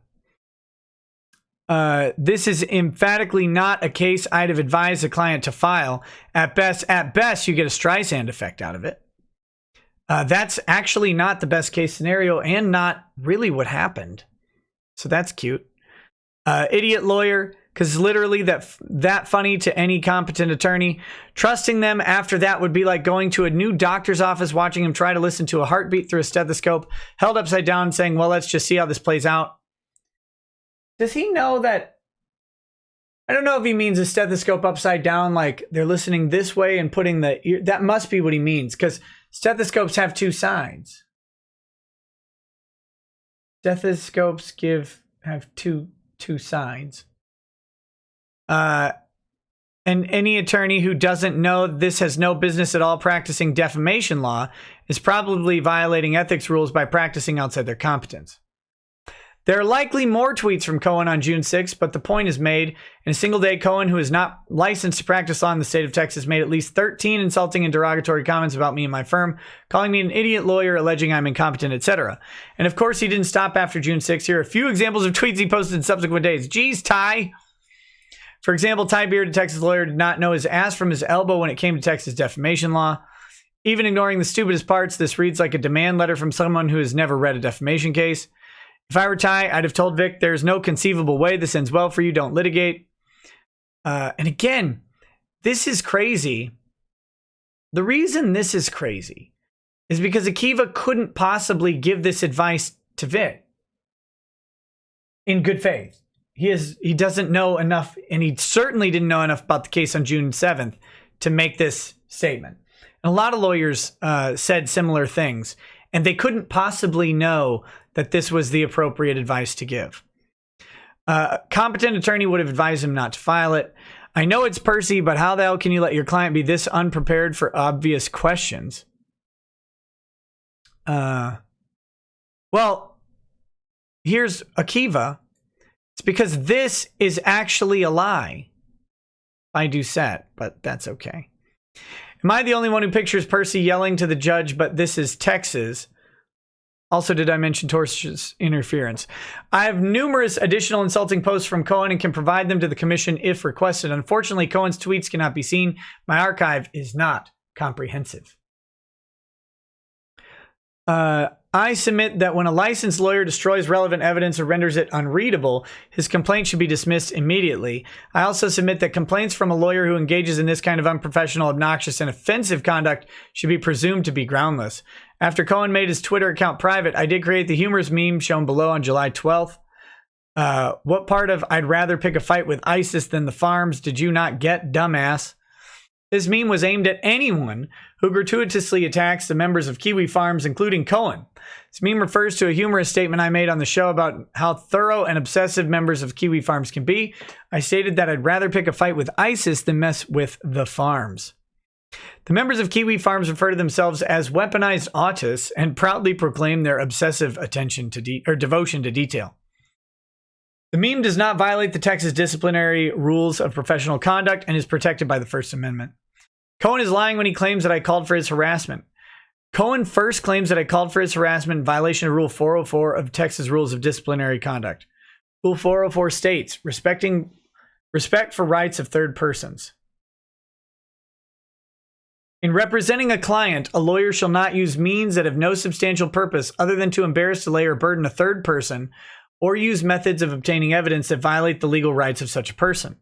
A lawyer shall not present, participate in presenting, or threaten to present criminal or disciplinary charges solely to gain an advantage in a civil matter, or civil, criminal, or disciplinary charges against a complainant, witness, or potential witness in a bar disciplinary proceeding solely to prevent participation by the complainant, witness, or potential witness therein.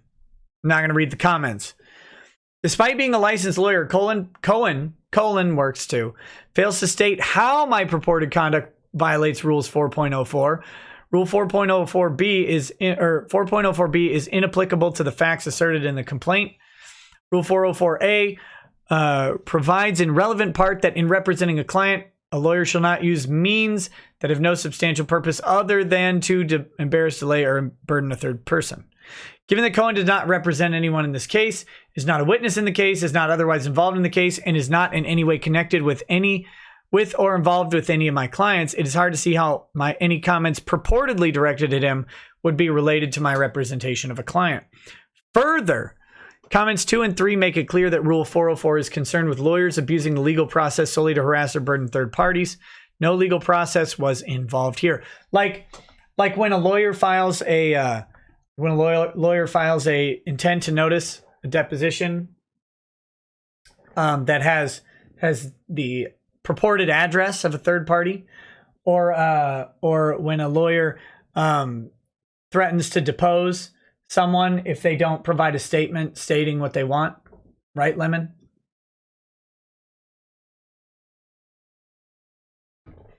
Further, comments 2 and 3 make it clear that Rule 404 is concerned with lawyers. No legal process was involved here. In addition, the statements I did make were unrelated to my client. Their substantial purpose was to express indignation and to rebut the numerous unfounded public attacks made on me, my firm, and my clients. But the question is moot because Cohen is lying. I've never called for Cohen's harassment. Tellingly, he attaches no evidence to the complaint to prove this assertion. I have over 12,200 Twitter followers and have never mentioned Cohen or linked to him publicly, including on Twitter or any other social media platform. I've never communicated with him in any way. Cohen is lying when he claims that I asked that he and third parties be attacked and harassed. Cohen claims that on June 6th, I specifically and repeatedly asked the farms to attack and harass third parties who are critical of the quality of my work, twice expressing my hopes that the farms would make his and others' lives miserable. Cohen is lying. As noted above, my statements were clearly directed at a specific individual, T. Gregory Doucette, not Cohen. I never called for the harassment of third parties who are critical of the quality of my work. Although it isn't relevant to this complaint, I clarified on June 9th that my comments were hyperbole and not intended to encourage doxing or harassment. This clarification was made in response to Twitter posts that falsely accused me of calling for the doxing of third parties. And this clarification was made a month before Cohen induced his own doxing. In any case, my June 6th statements are protected by the First Amendment and the Texas Constitution, and context matters. Cohen is lying when he claims that his doxing was a result of my request that he be doxed. Cohen next blames me for his doxing. However, Cohen is lying. I never called for the doxing of anyone as shown below. Cohen himself is to blame for his doxing. Cohen dishonestly omits the fact that his doxing occurred 34 days after the June 6th video. He also fails to note that he caused his own doxing. Cohen triggered his own doxing by publicly insulting and attacking the members of Kiwi Farms. In response, they posted publicly available information about him on July 10th, 34 days after my June 6th statements. This fact obliterates Cohen's false claim that I had anything to do with his doxing. The link provided by Cohen even substantiates that the doxing occurred on July 10th. The linked post also shows Cohen's June 27th and July 7th tweets that triggered his doxing. Here's his doxing that I've removed. You're welcome, Cohen. Cohen also deceptively omits the fact that photos of his children were from his own social media accounts and publicly available to anyone. Indeed, Cohen still has photos of his children visible to anyone who visits his Twitter page. Cohen deceptively omits the fact that he previously posted his own address in public on social media by posting this photo, which is also shown in the Kiwi Farms link provided by Cohen in the complaint. Oh, we got it here. After causing his own doxing, Cohen threatened Kiwi Farms with a copyright infringement lawsuit. Well, the genius used a few pictures in which I've registered a copyright, so statutory damages of up to $150K per image are in play. My understanding is that they are subject to jurisdiction in New York. Don't dox attorneys, kids. Don't dox attorneys. That's why Kiwi Farms is owned by Akiva Cohen. Hope you guys know that. This claim was also a lie, as he had not registered any such copyrights. I think he had submitted for registration, and I think they are registered now. One Kiwi Farms poster summarized how easy it was to dox Cohen. That's Roger Dodger laying it out. Cohen continued to attack Kiwi Farms on Twitter. Well, to pick a random example, Kansas has a criminal child endangerment statute that covers knowingly and unreasonably causing or permitting a child under the age of 18 to be placed in a situation in which the child's life, body, or health may be endangered. You're not in Kansas, Cohen. Since the purpose of doxing is to enable in-person harassment, I'd argue that knowingly posting pictures of children or doxing people with children causes children to be placed in a situation where their health may be endangered. And this is proof that Akiva Cohen is not a prosecutor or defense attorney. If we're going to take pot shots here, and Akiva was talking about defamation and all of that, which he doesn't really do.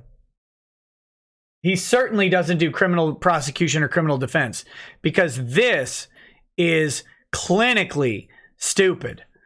No prosecutor would take the case of posting Akiva Cohen's address in an obscure location like Kiwi Farms as placing a child in danger. There's no way you could do it. Plus, you would have to manifest the intent to put them knowingly and unreasonably.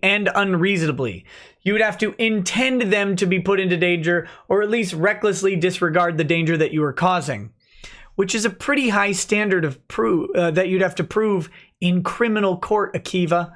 You could argue this all day, but if you're a prosecutor wasting your department's resources on this, they're going to tell you to GTFO. That's a Class A person misdemeanor, punishable by up to a year in jail. So if you live in a state with such statute, you probably don't want to go doxing a bunch of people. Okay. You'd have to ask Akiva. You'd have to ask why Kansas would exercise its jurisdiction where the danger was to a kid in New York. That'd be the first hurdle you'd have to overcome. Cohen also publicly attacked M-Specs, RIP, the person who purportedly doxed him. No, also not a fan of doxing M-Specs.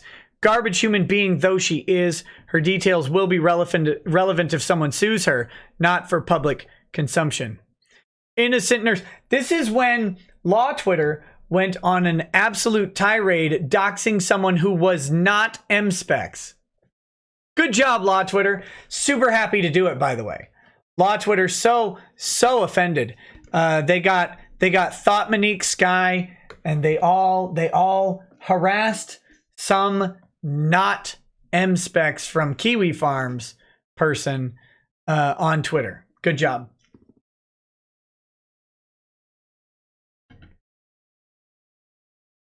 Cohen then involved other lawyers on Twitter, like Ethan Jacobs. What platform did they dox you on, Kiwi Farms? They require email addresses with confirmation to register, so discovering the identity of the doxers might be possible. Looks like they're based in Florida. Good luck. Go get them. You tell them, Ethan. Hey, Akiva, remember that advice you would have given Vic? I'd advise him not to file suit. All of these morons should have advised you not to go after any of this. Therese, fat, ugly, potential pedo Therese, says the identity of the site owner is known. He lives in Pensacola, if I recall. Yeah, he'll live in Pensacola, the Ukraine. He has been on Rekieta's channel. He has.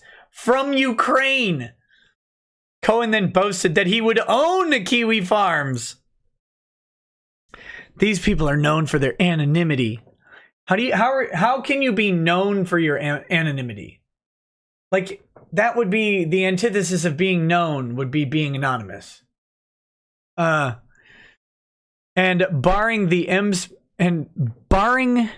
M-Specs on Twitter being the M-Specs who posted the thread, which would require some evidence, I'm guessing, what are the options? Pretty much none beyond becoming the owner of Kiwi Farms. Ha ha ha, good luck. A country couldn't do it, but a super lawyer from New York can. Ha ha ha, you're a joke. Good job, droopy drawers. If the full weight of the mighty New Zealand couldn't take down the Kiwi Farms, Akiva, I doubt you can. Ultimately, Cohen made his Twitter account private, though I believe that he's continued to attack me and my firm on Twitter. Significantly, I can find no Twitter posts in which Cohen blamed me for his doxing. Since Cohen has apparently deleted his Twitter posts or at least rendered them inaccessible, there's no way to be sure. I am not and have never been a Kiwi Farms account holder. I have no management or administrative involvement with them and have no ability to control or influence what they do. There's no... Who does? Even Josh qualifies for this sentence. I mean, he's an admin, but he can't really control or influence what they do. Well, I guess he could just ban people.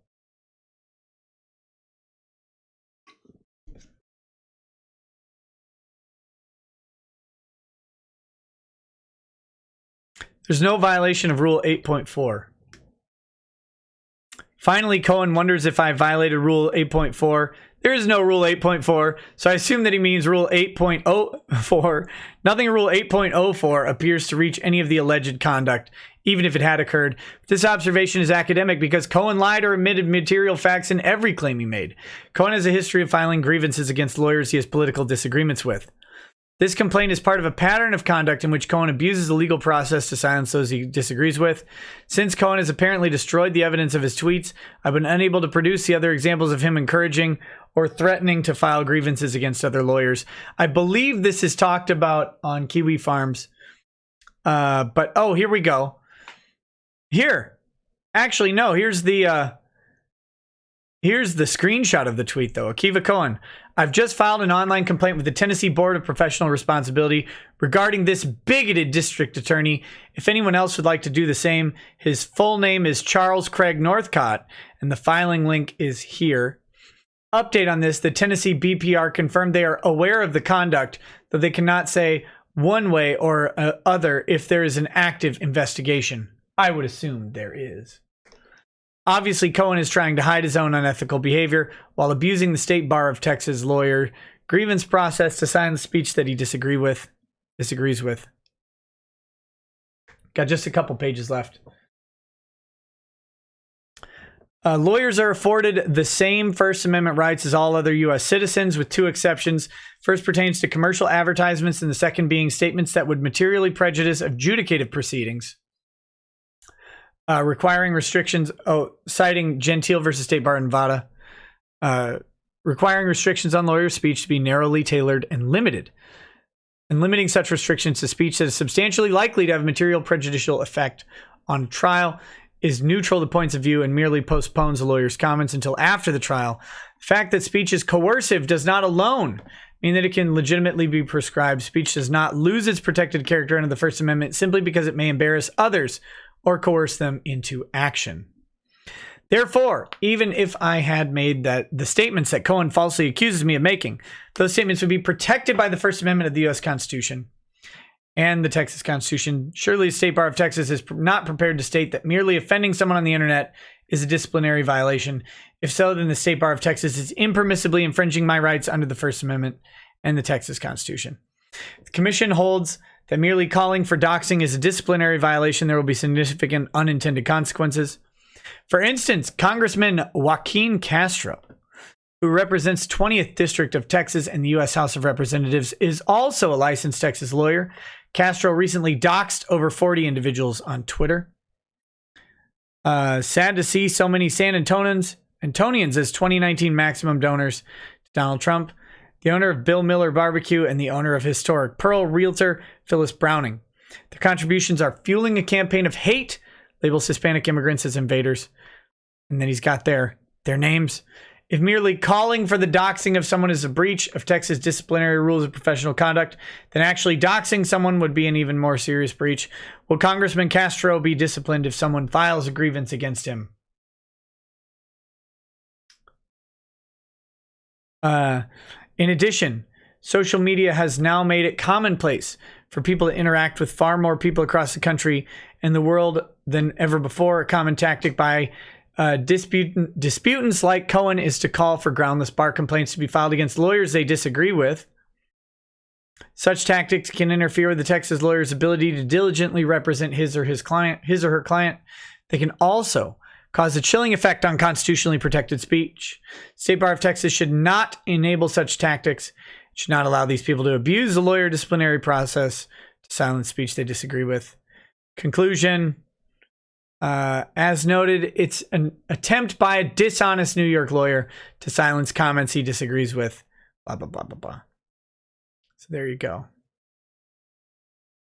Cohen stuff might violate New York stuff. Please look into it. That's what they say here.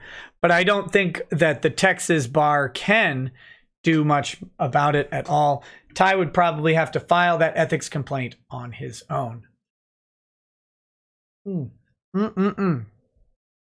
Okay. So there we have it, guys. That's the response. That's the that was missing so long ago. Cursed image, no! No! Oh, God! Oh, I'm sorry. I'm sorry. Oh, no! Sorry, that was rude. That was rude. That's rude. To my knowledge, Ty has not filed anything yet against Akiva Cohen. Whether he will or not is entirely up to him. I can't tell you. I can't tell you. So, that is that, guys. Okay, for the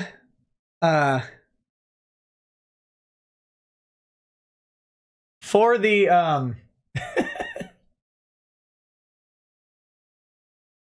the remainder of the week, I'm looking for the transcript from the most recent hearing. As soon as I have the transcript, we will be covering the transcript.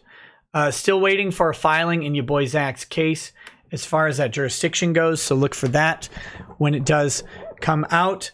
I'm hoping to organize a Friday show, like a Chad Dad Chat or something like that. We will see. I am also hoping to line up Gothic Sushi for a show this week.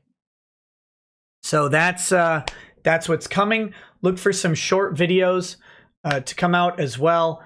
Got this today was the first hearing at the Supreme Court for the first gun case they've taken in 9 years. It's the case of the New York handgun transportation ordinance, and I will be maybe doing a short series of videos on them. It's a very, very important case, and you can tell it's a very important case because go look at all of the news media suggesting that the Supreme Court should ignore the case. It's almost like there's a concerted effort amongst media outlets to prevent or to try and turn public opinion against the Supreme Court. First of all, they know that the Supreme Court is going to throw this stupid law straight out. Second, they're either intentionally obfuscating how the Supreme Court deals with mootness because it's politically expedient, or they're genuinely stupid. But as a brief mention on this, and I'll try and more thoroughly flesh it out. New York repealed the law. New York repealed the law preventing that prevents you from transporting a handgun anywhere except to the specific locations within the city, which is literally house to gun range. And they literally mean no, you cannot stop for coffee on the way, either home or to the range. Can't do it. House to gun range. It also means you couldn't transport it out of the city at all. You couldn't take it to a second home. You couldn't take it to a gun range that was out of the city. There's six gun ranges in New York City limits. Those are the only ones you could go to. Now, once this thing got picked up by the Supreme Court, the New York City Council or whoever pulled back the law and issued a new law that was slightly less restrictive. Now, why did they do this? They were hoping to moot the Supreme Court decision because the Supreme Court is almost guaranteed to say that this is impermissible and infringes upon the Second Amendment rights, especially with regards to Heller and the individual right to bear arms. Okay? They're most likely going to rule that way. I fully expect them to do something stupid in that ruling, but ultimately that's how the ruling will likely go.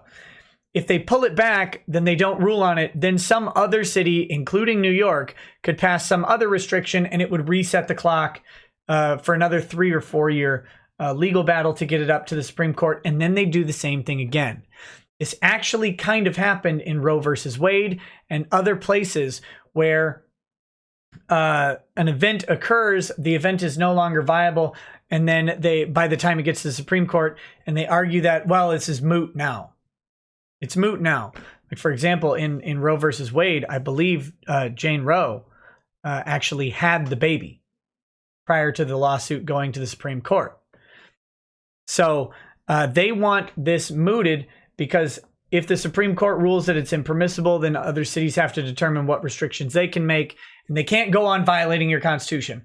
But if the Supreme Court doesn't hear this case, then what we'll have is cities enacting laws. It'll go through years and years of litigation, get to the Supreme Court, and then they'll just pull down the law. And that doesn't work either. So the Supreme Court will likely hear it. So anyways, I'll be talking about this, but everybody who's, in the traditional media is saying how this should be ignored by the court, which is the dumbest thing they could do. So we'll be talking more about that in hopefully some short videos throughout this week, if I can find the time to do them, time and inclination. So that guy says, be kind and don't hate anyone. I know people will wrong you. That is life in this world. You'll be hated the kinder you are. Instead of hate, I ask you to be kind. I think that's a Vic quote, isn't it, buddy? I think Vic said that. So yeah. All right. I am going to read through super chats now and justice chats. If you peace out during this, thank you for hanging out tonight. I will read through them. I am not going to do Twitch tonight. I am dying of fatigue, and I need to turn in. But I will see you guys tomorrow here on YouTube. I will announce the show. And yeah. Oh, yeah. I guess Johnny Young Bosch is going to be doing the voice of Broly now. And so make of that what you will. There you go. Let's see here. Let's go through these chats. Night of Hopex says, Boomer Japanese phonetic reading experiment. Read the following as it sounds. Yomuya bai ne Kyotsu Keteo.